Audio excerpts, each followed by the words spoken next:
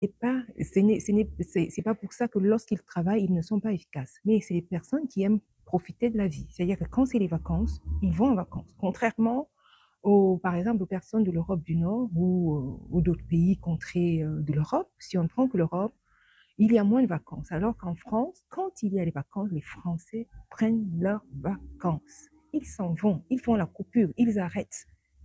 Donc, ils savent profiter de la vie. Et c'est souvent des personnes qui, parfois, se mettent beaucoup en arrêt maladie. Parce qu'un petit bobo, voilà, je me mets en arrêt maladie. Maintenant, bon, ça n'est pas que les immigrés qui le font. Je ne suis même pas sûre que vraiment les immigrés sont dans cette tendance-là. Je ne sais pas. En tout cas, je n'ai pas de statistiques dessus.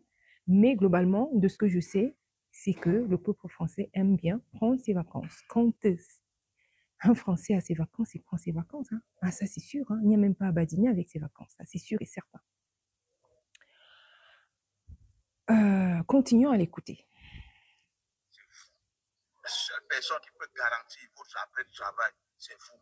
Mettez ça en tête et sachez économiser votre argent et faire des placements, des investissements à long terme pour pouvoir garantir tout ça. Sinon, vous serez tellement déçu que quand vous allez vous arriver sur cette déception-là, c'est l'AVC seulement. Je vous préviens seulement, à bon entendeur, salut.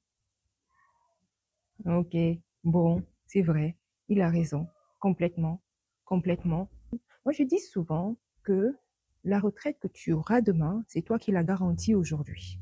Effectivement, je le rejoins dans le sens où la seule personne qui peut garantir ta retraite, c'est toi-même. Comment la prépares-tu alors que tu es encore jeune?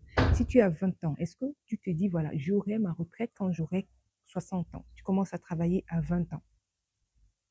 Si par exemple tu es étudiant, tu commences à faire des jobs d'été à 20 ans, avec forcément à 64 ans, tu vas pouvoir voilà, avoir ta retraite si tu es en France. Donc, la seule personne qui peut garantir ta retraite, en gros, c'est vraiment toi, parce que tu vas la préparer non seulement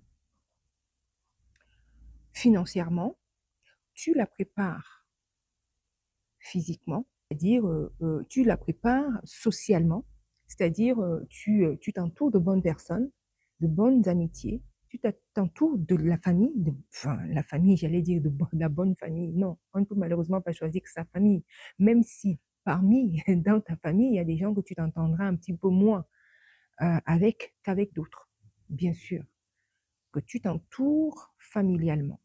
Du moins, tu te prépares pour ta retraite. Je me reprends. Pour ta retraite, tu te prépares financièrement.